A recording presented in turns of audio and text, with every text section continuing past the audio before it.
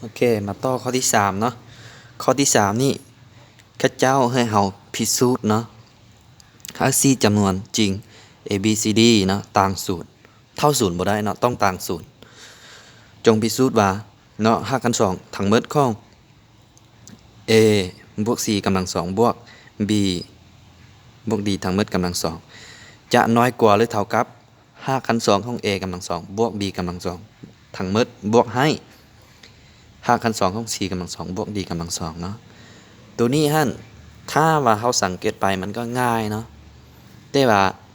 มันจะยากสำหรับผู้ที่ว่าบ่เคยศึกษาบ่เคยหาเรียนมาเนาะตัวนี้เป็นยังไงจะจึงยกตัวนี้มาตัวนี้ข้อนี้แล้วมันงามเนาะเบิ่งแล้วมันงามมันมีสีสันเนาะ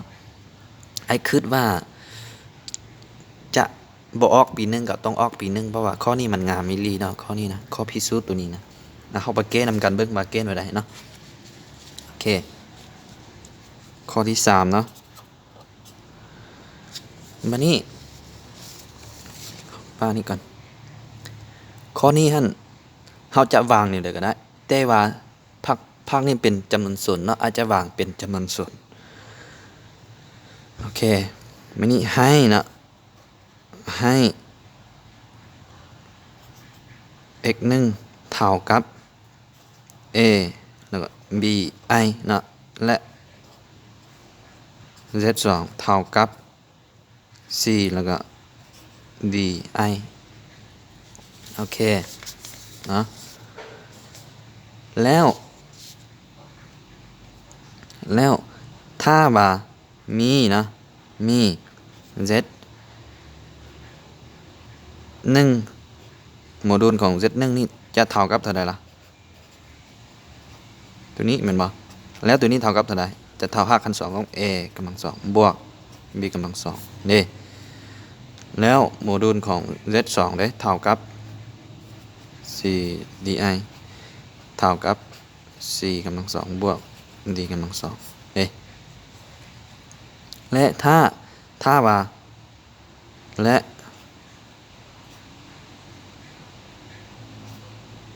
z 1บวก z 2นี่เด้ภาคจะได้อยู่เท่าไหร่ล่ะจะได้อยู่ภาคส่วนจริงบวกภาคส่วนจริงบ่เป็นอยู่เท่าไหร่ล่ะ a บวก c บวกให้ bi บวก di เขาแยก di ออกi ออกจะได้อยู่ b บวก d เขียน i ตามหลังก็ได้เนาะแล้วบัดนี้ถ้ามาโมดูลของเป็นหยัง z 1บวก z 2เท่ากับเท่าไหร่จะเท่ากับ5คัน2ของตัวนี้บวกให้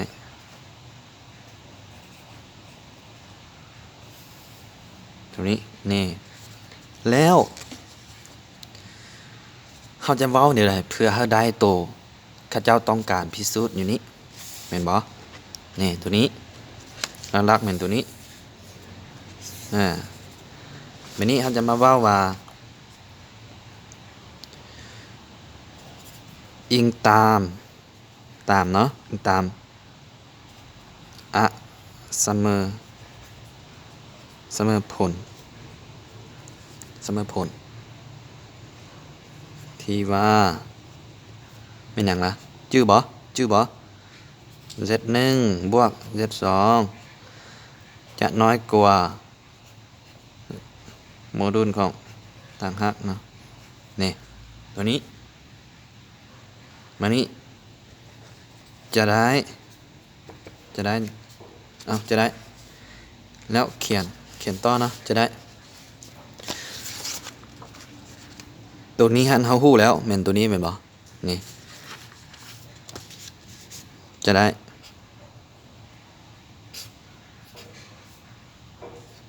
a c กำลัง2บวกให้เท่าไหร่ล่ะ b d กำลัง2จะน้อยกว่าหรือเท่ากับ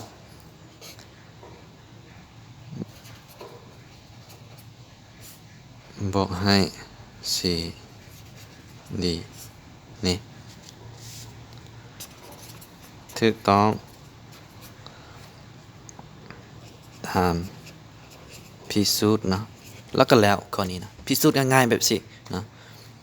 มันจะมีหลายวิธีแก้เนาะข้อนี้นะถ้าว่าอาจจะแก้แท้ข้อนี้มีประมาณ3หรือ4นี่แหละเนาะวิธีแต่ว่าไอ้แนะนำวิธีนี้มันวิธีง่ายที่สุดเนาะแต่ว่าเขาต้องยกตัวนี้สำคัญมันต้องยกสูตรตัวนี้มาให้เห็นเนาะเขาต้องยกสูตรตัวนี้มาให้ได้ ถ้าเอายกตัวนี้บ่ได้ยู่ๆแล้วไปแทนเจ้าตัวนี้เลยมันบ่ได้เนาะโอเคสำหรับข้อที่